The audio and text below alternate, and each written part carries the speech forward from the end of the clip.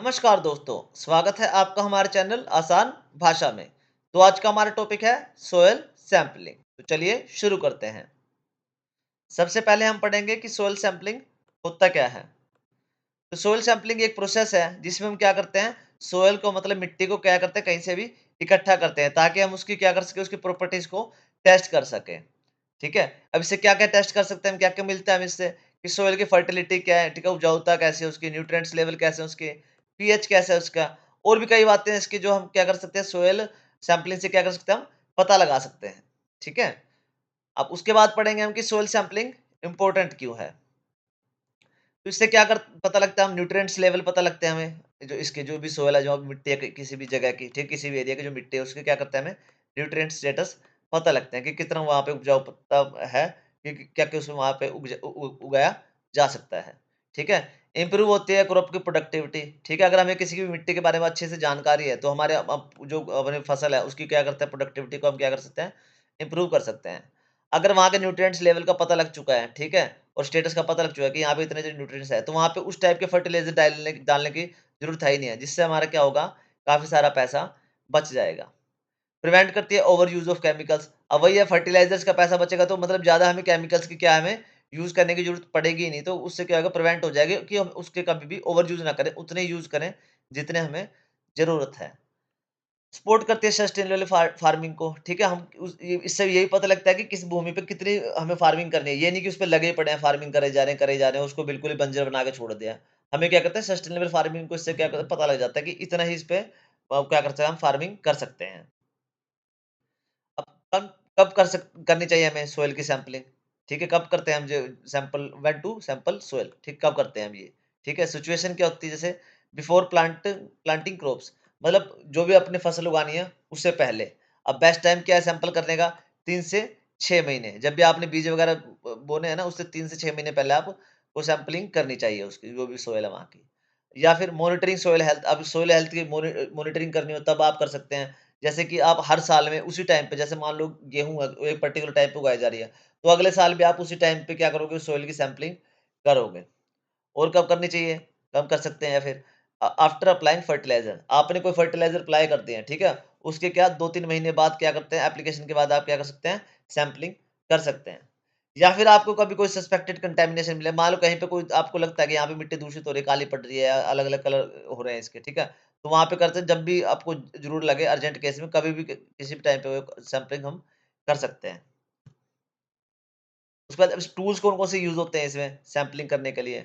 सबसे पहला तो टूल है जो है वो है ये सोइल ऑगर, ठीक है? ये जो खड्डा करने के लिए होता है ना, ये वाला जो पोर्शन है नीचे जाता है उसमें मिट्टी के अंदर, ठीक है? तो यहाँ से खड्डा करता है, मिट्टी निकालता है सोइल सैंपलिंग के लिए, ठीक है? उसके बाद स्पेड और शॉवल की यूज़ होती है, फावड़ा टाइप का होता है ना उनसे, इसका यूज़ होता है। सैंपलिंग बैग चाहिए होते हैं क्योंकि सैंपल के वो जो भी वहाँ से निकालते हो बैग या प्लास्टिक कंटेनर में इकट्ठा करके ले जाते हैं, ठीक है? लेबल चाहिए होता है, लेबलिंग करनी पड़ती है, उसको मार्क करके ले जाना पड़ता है कि ये यहाँ की मिट्टी है, वहाँ की मिट्टी है।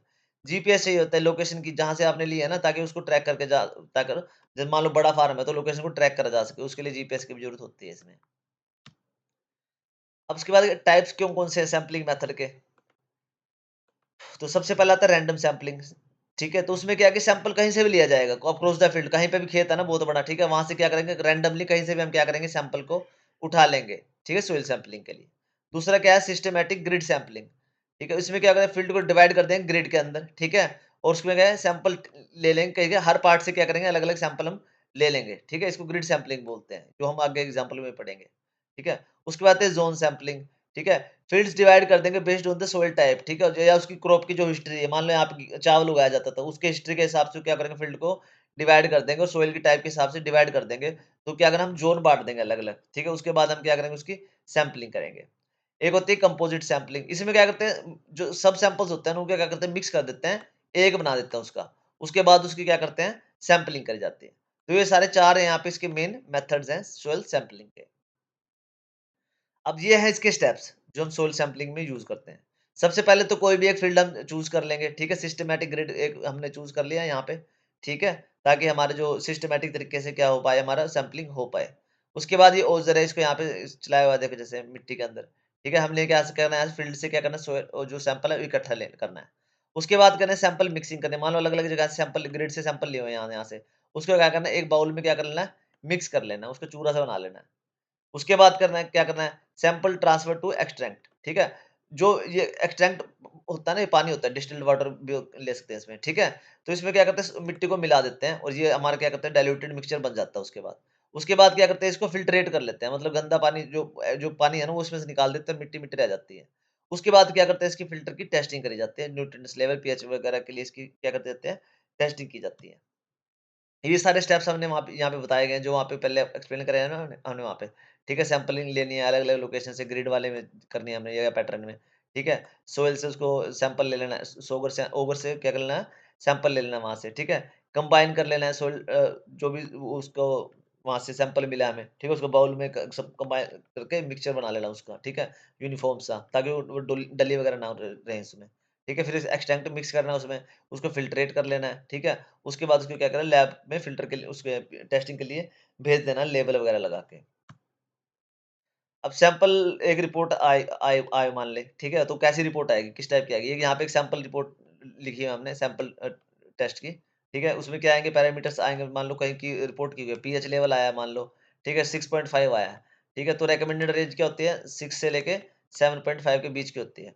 तो इसको क्या कहेंगे हम, स्टेटस नॉर्मल है वहाँ का पीएच लेवल किसी भी मिट्टी का, ठीक है? नाइट्रोजन मान लो वहाँ पे 120 आई है, ठीक है? तो इसको क्या कहेंगे, 150 से 200 के बीच में होती है, ठीक है? किलोग्राम हेक्टेयर है, ठीक है? इसको क्या कहेंगे, लो आई है, मतलब इससे अच्छी होनी चाहिए।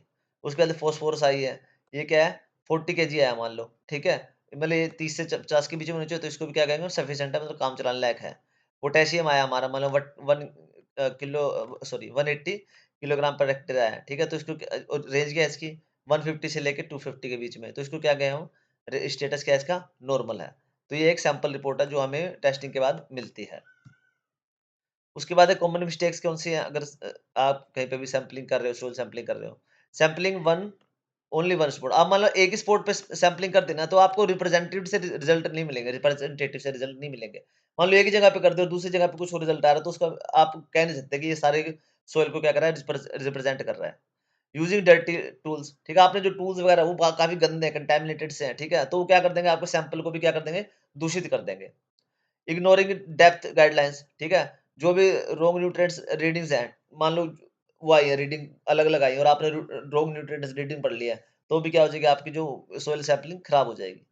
डिलेइंग लैब सबमिशन, मान लो आपने आज वो ले लिया है यहाँ से, क्या यहाँ से सैंपल ले लिया है मिट्टी से, आप उसको 4-5 दिन तक आपने घर पे रखा, कहीं पे भी रखा, लैब में रख रखा, उसकी टेस्टिंग नहीं कर रहे, तो क्या होगा, उसके जो न्यूट्रिएंट्स हैं ना, वो चेंज हो जाते हैं अंदर, इतने में तो चेंज हो जाएँगे ना हवा वगैरह के साथ मिलके, ठीक है? तो डिले लैब सबमिशन नहीं करना, फटाफट लैब सबमिशन करना है आपने। तो ओके बच्चों, thanks for watching, please like share and subscribe आसान भाषा में। टॉपिक थोड़ा छोटा ही बनाया मैंने यार, तो अगर कोई डाउट हो तो प्लीज आप पूछ सकते हैं, और कोई और टॉपिक बनाना हो तो वो भी आप कमेंट करके पूछ सकते हैं।